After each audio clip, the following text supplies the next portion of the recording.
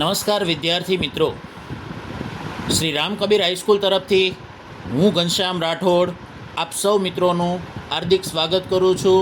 વિદ્યાર્થી મિત્રો, આજે આપણે હૃદયમાં રુધિરનું પરિવહન આ થિયરી બોર્ડની અંદર વારંવાર પૂછાતી હોય છે, જેને સરળતાથી આપણે એક જ વાર શીખી અને આ જીવન યાદ રાખી લઈએ તે પ્રમાણે આપણે ચાર્ટ મેથડથી એને શીખી લઈશું. તો વિદ્યાર્થી મિત્રો, ચાલુ કરીએ વધુ સમય તમારો ના બગાડતા, કારણ કે આ બોર્ડનું વર્ષ એક ખૂબ અગત્યનું વર્ષ ગણાય છે. સૌપ્રથમ હૃદયનો તમને પ્રાઇમરી પરિચય આપી દઉં તો થંબનેલ ઉપર તમે જે હૃદયની આકૃતિ જોઈ તેમાં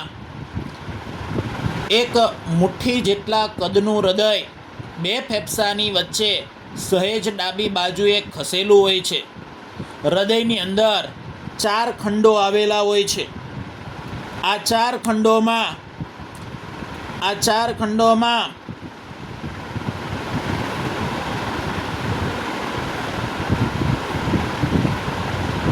બે ખંડો ઉપરની તરફ, જ્યારે 2 ખંડો નીચેની તરફ આવેલા હોય છે.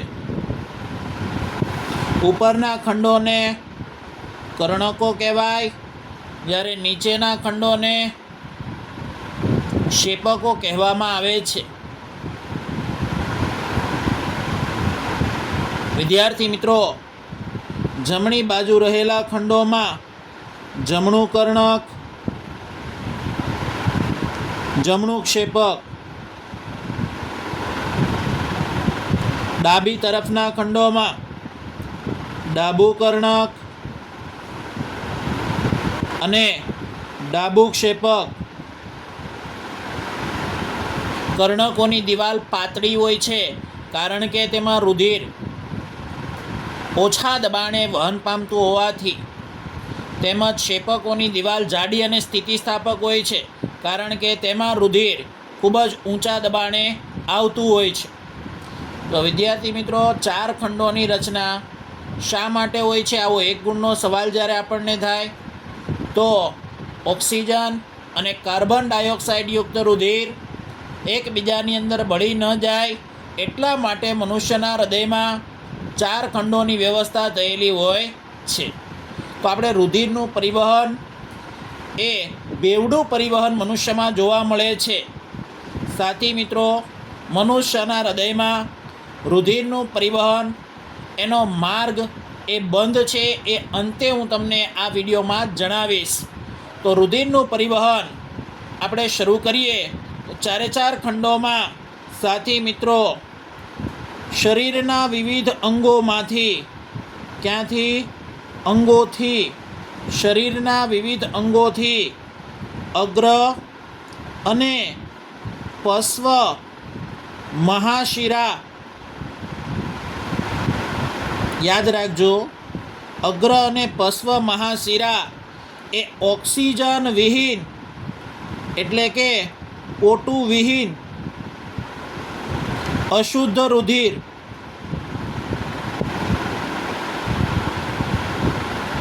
જમણા કર્ણકમાં ઠાલવે છે. બરાબર તે જ સમયે ઓક્સિજન યુક્ત એટલે ઓક્સિજન વાળું શુદ્ધ રુધિર ફુફ્ફુસીય શિરા એટલે કે પલ્મોનલ વેન એ ફેફસામાંથી, ક્યાંથી લાવે છે? ફેફસામાંથી.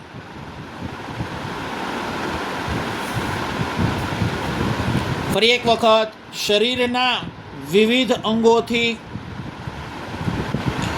અગ્ર અને પશ્વ મહાશિરા ઓક્સિજન વગરનું એટલે કે કાર્બન ડાયોક્સાઇડ વાળું અશુદ્ધ રુધિર જમણા કર્ણકમાં લાવે છે હૃદયના. બરાબર તે જ સમયે ફેફસામાંથી ફુફ્ફુસીય શિરા એ ઓક્સિજનયુક્ત શુદ્ધ રુધિરને ડાબા કર્ણકમાં ઠાલવે છે. હવે સાથી મિત્રો, તમે પેલું બલૂન્સ જોયું હશે, ફુગ્ગો, કે જેની અંદર પાણી કે હવા ભરાય ત્યારે તે ફૂલાયેલો હોય છે. જેવું તે નીકળી જાય તરત તે શું થઈ જાય છે? ચીમડાઈ જાય છે. તેવી જ રીતે જમણું કર્ણક અને ડાબું કર્ણક જ્યારે સંકોચાય ત્યારે શું થાય? તો સંકોચાય ત્યારે જમણા કર્ણકમાં રહેલું અશુદ્ધ રુધિર એ જમણા ક્ષેપકમાં આવે છે, જ્યારે ડાબા કર્ણકમાં રહેલું શુદ્ધ રુધિર એ ડાબા ક્ષેપકમાં આવે છે. ક્ષેપકોમાંથી રુધિર પરત ના ફરે એટલા માટે જમણા કર્ણક અને જમણા ક્ષેપકની વચ્ચે 3 પાંદડીવાળો ત્રિદલ વાલ્વની રચના થયેલી હોય છે. જ્યારે ડાબા ક્ષેપકમાંથી ડાબા કર્ણકમાં રુધિર પરત ના ફરે એટલા માટે ડાબા કર્ણક અને ડાબા ક્ષેપકની વચ્ચે 2 પાંદડીવાળો દ્વિદલ વાલ્વની રચના થયેલી હોય છે. વિદ્યાર્થી મિત્રો, ક્ષેપકોમાંથી હવે રુધિર ક્યાં જાય? તો સૌ પ્રથમ ફરી પાછું પેલા ફુગ્ગામાંથી પાણી જેમ નીકળી જાય ને તેમ ક્ષેપકો જ્યારે સંકોચાય એટલે કે ચીમડાઈ જાય ત્યારે ક્ષેપકો સંકોચાય ત્યારે જમણા ક્ષેપકમાં ઓક્સિજન વગરનું અશુદ્ધ રુધિર હતું, તો આ અશુદ્ધ રુધિર હવે ક્યાં જશે તેની વાત કરીએ. તો અશુદ્ધ રુધિર એટલે કે કાર્બન ડાયોક્સાઇડવાળું રુધિર એ સાથી મિત્રો એને ફુફ્ફુસીય ધમની એટલે પલ્મોનલ આર્ટરી ધમની એને શુદ્ધ કરવા માટે વિદ્યાર્થી મિત્રો ક્યાં લઈ જશે? ફેફસામાં લઈ જશે. ક્યાં લઈ જશે? ફેફસામાં. ત્યારબાદ ડાબા ક્ષેપકમાં રહેલું શુદ્ધ રુધિર યાદ રાખજો, એને મહાધમની દ્વારા, કોના દ્વારા? મહાધમની દ્વારા એ શરીરના વિવિધ અંગો તરફ લઈ જવામાં આવે છે. તો આવી રીતે આ રુધિરનો માર્ગ એ બંધ કહેવાય છે, એટલે કે હૃદય, મનુષ્યનું હૃદય બંધ રુધિરાભિસરણ તંત્ર ધરાવે છે. શરીરના અંગોમાંથી કાર્બન ડાયોક્સાઇડ ઓક્સિજનયુક્ત રુધિરમાંથી ઓક્સિજન ઉપયોગમાં લેવાઈ ગયા બાદ તેમાં કાર્બન ડાયોક્સાઇડ ભળી જાય તો આ કાર્બન ડાયોક્સાઇડ યુક્ત રુધિરને ફરી પાછા શરીરના અંગોમાંથી અગ્ર અને પશ્વ મહાશિરા એ અશુદ્ધ રુધિરને હૃદયમાં શુદ્ધ કરવા માટે લાવે છે અને જમણા કર્ણકમાં ઠાલવે છે. જમણું કર્ણક સંકોચાય ત્યારે તેમાંથી જમણા ક્ષેપકમાં રુધિર જાય છે. જમણું ક્ષેપક સંકોચાય ત્યારે આ શુદ્ધ રુધિર ફુફ્ફુસીય ધમની મારફતે વિદ્યાર્થી મિત્રો ફેફસામાં શુદ્ધિકરણ માટે થાય છે. એક ગુણનો સવાલ કે રુધિરનું શુદ્ધિકરણ શરીરના કયા અંગોમાં થાય છે? તો એનો જવાબ આવશે ફેફસા. ફેફસામાં શુદ્ધ થયેલું ઓક્સિજનયુક્ત રુધિર એને ફુફ્ફુસીય શિરા એને ડાબા કર્ણકમાં ઠાલવે છે. ડાબા કર્ણક જ્યારે સંકોચાય ત્યારે ડાબા કર્ણકમાંથી શુદ્ધ રુધિર ડાબા ક્ષેપકમાં આવે છે.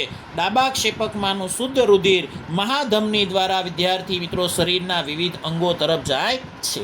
તો છે ને સરળ, આ રીતે આપણે રુધિરનું પરિવહન એ ચાર્ટ મેથડ દ્વારા માત્ર જે આ બોક્સ દોરેલા છે એટલા શબ્દો યાદ રાખો એટલે તમારું કામ થઈ જાય. આ 4 વર્ડ્સ મહાશિરા, ફુફ્ફુસીય શિરા યાદ રાખજો. શિરાઓ હંમેશા અશુદ્ધ રુધિરનું વહન કરે છે, પરંતુ અપવાદ રૂપ શિરા ફુફ્ફુસીય શિરા એ ફેફસામાંથી શુદ્ધ રુધિરને લાવે છે. ધમની હંમેશા શુદ્ધ રુધિરનું વહન કરે છે, પરંતુ અપવાદ રૂપ ફુફ્ફુસીય ધમની એ અશુદ્ધ રુધિરને શુદ્ધ કરવા માટે ફેફસામાં લઈ જાય છે. જો તમને મારો આ વિડીયો ગમ્યો હોય, તમને યાદ રાખવામાં સરળતા રહી હોય તો તમે અમારી ચેનલને લાઇક, શેર અને સબસ્ક્રાઈબ કરો. તેમજ કમેન્ટ્સમાં તમારો જે કંઈ પણ રિવ્યૂ હોય તે જણાવી શકો છો અને આવા નવા વિડીયો મેળવવા માટે અમને જણાવો. ધન્યવાદ.